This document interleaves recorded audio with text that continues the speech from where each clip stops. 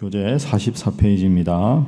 하나님께서는 당신의 백성들에게 항상 거룩할 것을 요청하십니다.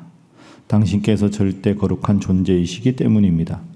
그래서 백성들이 하나님과 교제가 가능하도록 하기 위해 죄악된 요소를 제거하고 성결하게 살 것을 구체적으로 명하십니다. 이에 따라 이스라엘 진중에서 부정한 자를 진영 밖으로 내보내도록 하십니다. 나병 환자, 유출증이 있는 자, 시체로 인해 부정케 된 자들이 이에 해당합니다.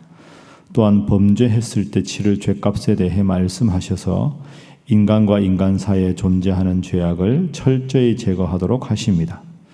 또한 간음을 엄격하게 다스리며 인간 상호 간의 신뢰를 앗아가는 의심을 제거하게 함으로써 이스라엘 내에 참 평화와 경건이 정착되도록 하십니다. 오늘은 민수기 5장입니다. 민수기 말씀을 우리가 5장 전까지 한번 생각해 보면 1장과 2장은 그 이스라엘의 그 전투 병력 12지파를 성막 중심으로 어떻게 배치하고 행군할 것인가, 이게 1장, 2장. 그리고 3장과 4장은 비전투 병력인 레위인의 그 숫자와 그들의 지파별로 역할에 대해서, 게르손, 고핫, 무라리 자손들이 각각 성막을 옮길 때 어떤 일을 하라, 이렇게 말씀을 하셨습니다. 그럼 이제 그 진영이 다 구축이 됐죠. 그러면 5장과 6장은 이제 그 진영이 구축되고 하나님 앞에 온전한 군대로 행군할 모든 준비를 갖춘, 이제 외적인 준비는 끝났는데 내적인 준비가 5장과 6장입니다. 그래서 오늘 본문의 5장은 이제 이스라엘 백성들이 진영을 옮길 때 앞에 이제 본문에도 나왔지만 제일 걱정스러운 게 전염병입니다. 이때가 지금부터 한 3,400~500년 전이니까 악성 전염병이 한번 싹 돌게 되면 백성들이 전멸할 수 있으니까, 그래서 앞부분은 오늘 주제는 정결입니다.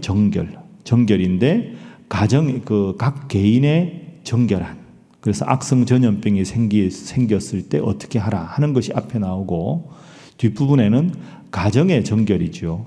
남편과 아내 사이에 가정이 바로 서야 이스라엘 공동체가 바로 설 수 있으니까 아내가 간음을 했을 때 그것을 어떻게 해결할 것인가에 대한 구체적인 지침이 나옵니다. 그래서 1장부터 4장은 외적인 진영을 구축하고, 오늘 5장과 6장은 공동체를 내적으로 다스리는데, 첫 번째는 악성 전염병이 전염되지 않도록 하고, 두 번째는 가정을 잘 지켜라.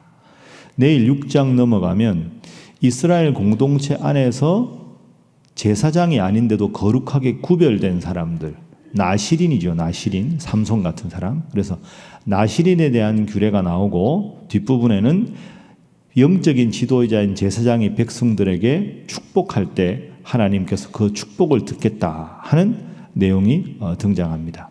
이런 전체적인 구도를 가지고 오늘 5장 내용을 잠시 살펴보도록 하겠습니다. 5장은 말씀드린 대로 정결입니다. 주제가. 자, 그래서 첫 번째 기도 제목은 하나님 앞에 정결한 성도, 정결한 공동체가 되게 하소서 하는 기도가 첫 번째 기도 제목입니다. 하나님 앞에서 정결한 성도가 되게 하시고 정결한 공동체가 되게 하소서. 자, 오늘 본문 앞부분에 1절부터 4절까지 말씀을 보면, 여호와께서 모세에게 말씀하여 이르시되 이스라엘 자손에게 명령하여 모든 나병 환자와 유출증이 있는 자와 죽음으로 부정하게 된 자를 다 진영 밖으로 내보내되 남녀를 막론하고 다 진영 밖으로 내보내어 그들이 진영을 더럽히게 하지 말라, 이렇게 말씀하셨습니다. 나병 환자, 유출증이 있는 자, 그 죽음을 만져서 부정하게 된 자들은 진영 밖으로 내보내라. 이 유출병은 그 앞부분에 레위기에 나온 여성의 생리기간에 부정하다, 이런 뜻이 아니고, 이 유출병은 악성 전염병을 말합니다. 그러니까 나병이나 악성 전염병이 생긴 사람을 진영에 그냥 두면 다 전염돼서 전염병이 돌면 안 되니까 진영 밖으로 격리를 해서 그들을 잘 환부를 보고, 그것이 다 나았을 때 다시 진영 안으로 들어오게 해서 전염병이 확산되지 않도록 하라 하는 것이죠. 그리고 이건 또 성적인 방종으로 인한 그 성병을 말합니다. 악성 성병. 그런 게 이제 전염되면 큰일 난다는 거죠. 그리고 2절 뒤에 보면 주검을 만진 자 이렇게 나오죠. 이것은 그 죽은 사체나 짐승의 사체를 만져서 그게 부패해서 진영의 병균이 또 옮겨지면 또 진영에서 큰일이 나니까 그런 것에 대한 규례입니다. 그래서 4절 말씀에 보면 진영 밖으로 내보냈다 이렇게 나온 거죠. 격리시켜서 확인하고 들어오게 한다. 자, 오늘 이걸 영적인 의미로 한번 돌아보면 공동체 안에 각 개인이 하나님 앞에 바로 서지 않아서 하나님 앞에 범죄를 저질렀을 때 그 범죄를 미연에 예방하거나 아니면 그 범죄에 대해서 정확하게 치리하지 않으면 이것이 공동체 전체를 영적으로 전염시키고 상하게 할 수 있다 하는 그런 뜻이 되는 거죠. 그래서 항상 가정이 순결해야 되고 교회 공동체가 거룩해야 되는데 그것은 하나님 앞에 지은 죄가 있을 때는 본인은 반드시 회개하고 공적으로 잘못된 일이 있을 때는 그 일이 점점 공동체 전체에 확산되지 않도록 하는 것이 필요하다 하는 것이 오늘 본문의 내용입니다. 그래서 여러분 이따 기도하실 때 하나님, 내가 하나님 앞에 거룩하게 바로 서게 하시고 우리 가정이 바로 서게 하시고 우리 교회가 죄악으로부터 늘 보호받는 정결한 공동체가 되게 하소서 기도하시는 여러분 모두가 되어주시기를 바랍니다. 자, 두 번째 기도 제목은 5절부터 10절까지 나오는 손해배상의 규례입니다. 자, 손해배상의 규례에 대해서 하나님께서 이렇게 말씀하셨습니다. 자, 우리 7절 말씀, 6절, 7절 두 절을 한번 읽어보겠습니다. 자, 함께 읽습니다. 시작. 이스라엘 자손에게 이르라. 남자나 여자나 사람들이 범하는 죄를 범하여 여호와께 거역함으로 죄를 지으면 그 지은 죄를 자복하고 그 죄값을 온전히 갚되 5분의 1을 더하여 그가 죄를 지었던 그 사람에게 돌려줄 것이요. 아멘. 자, 손해배상에 대한 규례를 잘 보시면 우리가 레위기에서 공부했지만 아주 중요한 한 가지 기억해야 될 점이 나옵니다. 피해자가 있고 가해자가 있죠. 손해배상을 하기 전에는. 그러면 피해자에 대해서 이 가해자가 어떻게 갚아야 되느냐? 남의 것을 도적질을 했거나 크게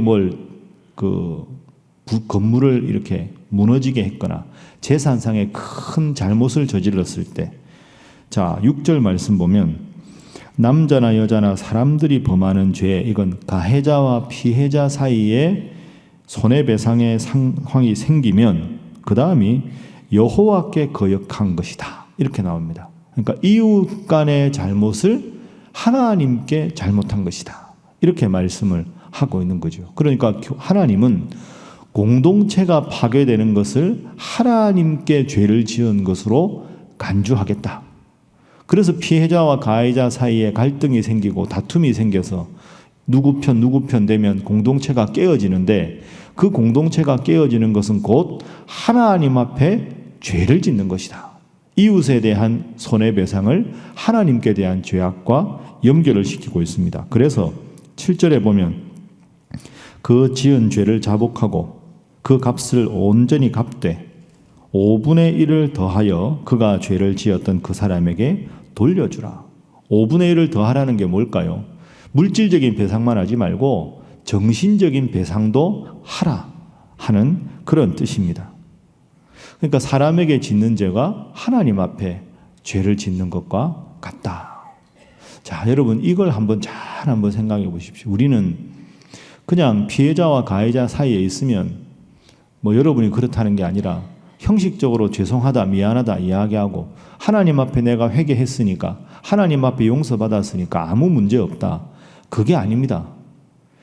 피해자가 충분히 납득할 만한 그래 이 정도면 됐습니다 하고 진심 어린 용서를 하고 피해자가 그것에 대해서 힘들지만 상처를 스스로 헤아릴 수 있는 마음을 가지고 거기다가 정신적인 배상까지 하고 그렇게 하는 것까지 해야 하나님 앞에 죄가 아니다 이렇게 말씀을 하고 있는 거죠. 신약 마태복음에도 그런 말씀이 있지요. 하나님 앞에 예배드리러 제사드리러 왔는데 형제에게 잘못한 일이 생각나거든 먼저 가서 형제와 화해하고 그 후에 하나님 앞에 제사를 드려라. 이게 오늘 본문하고 연결되는 겁니다. 그래서 오늘 새벽에 여러분 스스로 기도하실 때 내가 하나님 앞에 관계를 회복해야 되는데 회복하지 못한 관계는 없는가? 나 때문에 누군가가 지금도 여전히 마음이 불편하고 하나님 앞에 나오는 것이 머뭇거리게 되는 성도는 없는가? 깊이 생각해서 하나님께 죄를 지은 것과 이웃에게 잘못한 것이 같은 선상에 있다 하는 것을 꼭 기억하시기 바랍니다. 그리고 여러분, 오늘 이 본문은 사실 레위기에 나왔습니다. 기억나시죠? 기억 안 나시는 분은 새벽기도 안 나오신 분들입니다. 다 기억나실 겁니다. 여러분, 이런 생각 안 해보셨습니까? 하나님은 뭘 또 이렇게 말씀을 하시나? 말씀하셨는데 뭘 또 하나? 설교할 목사도 힘들게 그런 생각하시죠. 근데 여러분, 왜 하나님이 자꾸 하신 말씀을 또 하실까요? 출애굽기 20장에 10계명 나오는데 신명기 5장에 또 나오거든요. 신명기 가면 나왔던 게 또 자꾸 나옵니다. 왜 그러실까요? 그만큼 중요하니까. 그리고 이런 생각 한번 해보십시오. 그 이스라엘 백성들이 만나를 먹었지 않습니까? 만나. 어느 한 목사님께서 이제 그런 말씀을 하셨는데요. 만나를 왜 하나님이 유통기한을 하루만 주셨을까요? 아침에 일어나면 들에 이렇게 만나가 쫙 있었다가 또 하루 지나고 그걸 많이 걷어놓으면 그 다음 날은 벌레가 생겨서 못 먹지요. 만나의 유통기한은 하루, 안식일 전날은 안식일까지 이틀 이렇게 되어 있습니다. 그냥 하나님이 통 크게 만나를 쫙 주고 유통기한 한 달, 뭐 2달 이러면 매일 나가서 안 주워도 되고 그럼 이스라엘 백성들이 얼마나 편했을까요? 근데 왜 하나님은 만나를 유통기한을 하루로 하셨을까요? 그건 하나님의 은혜가 없으면 살아갈 수 없다는 것에 대한 산교육이지요. 만나 유통기한이 한 달이었으면 처음에 걷는 날은 감사합니다 하고 그 다음 날은 먹을 게 있으니까 아쉬운 게 없으니까 하나님 앞에 기도도 안 하고 영적으로도 게을러지고 그러다 보면 하나님께서 주신 혜택이 도리어 백성들을 교만하게 하고 하나님으로부터 멀어지게 하는 결과가 생기겠죠. 그래서 하나님은 만나의 유통기한을 하루로 제한을 하신 것이다. 그거에 비추어 보면 왜 하나님이 이 말씀을 또 하셨을까? 그만큼 공동체가 잘 되기를 바라시니까. 이스라엘 백성 한 사람 한 사람이 하나님 앞에서 복받는 인생이 되기를 바라셔서 거듭거듭 말씀하신 것이다. 이렇게 생각합니다. 새벽 기도의 유통기한은 며칠일까? 제가 그래 생각해 봤습니다. 하루라고 생각하십시오. 하루. 만나고 똑같죠. 토요일은 주일날 없으니까 이틀. 다른 날은 하루. 그러니까 내가 이번 주에 세보니까 새벽기도 몇 번 나왔네. 뭐 하루 이틀 결석해도 되겠다. 안 됩니다. 만나의 유통기한은 하루. 새벽기도의 유통기한도 하루. 그렇게 안 하고 우리가 하는 기도마다 하나님이 다 들어주시면 여러분 좋을 것 같은데요. 아니라니까요. 내가 하는 기도마다 다 하나님 들어주시면 여러분 더 열심히 기도할 것 같지요. 안 됩니다. 내 뜻이 하나님 뜻이라 생각하고 더 기도 안 하고 하나님으로부터 멀어지지요. 기도해도 안 될 때가 있고 열심히 기도해도 조금 응답이 나오고 그러니까 우리가 더 절실하게 하나님 앞에 기도하는 것이지. 기도할 때마다 하나님 다 들어주시면 꼭 기도해야 들어주시나 하나님 내 생각을 아시는데 내 마음을 아시는데 그러고 기도 안 하게 되지요.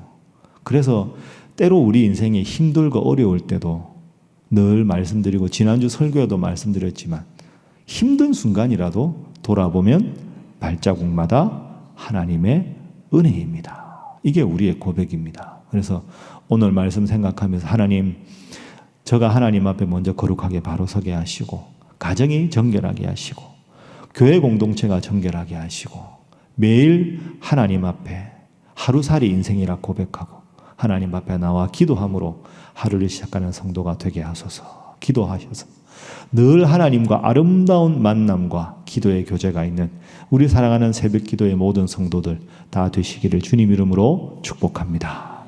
함께 기도하겠습니다. 하나님, 정결한 성도, 정결한 가정, 정결한 교회 되게 하시고 늘 하루살이 인생임을 고백하며 날마다 하나님 앞에 은혜를 고백하며 하나님과 깊은 영적인 만남을 날마다 지속하게 하여 주옵소서. 기도하시고 우리 앞서 서 목사님 말씀하시고 기도하신 대로 오늘부터 있는 유아유치급 여름 성경학교 잘 은혜롭게 진행될 수 있도록 주님께서 인도하시고 오늘 구역 모임과 금요 오순절 집회 가운데 하나님 함께 하시고 오늘 또 라오스에서 오전 7시 좀 지나면 우리 청년들 돌아오는데 잘 쉬게 하시고 받은 은혜 잘 간직해서 우리 다음 세대가 더욱더 하나님께 영광 돌리는 교회 되게 하여 주옵소서.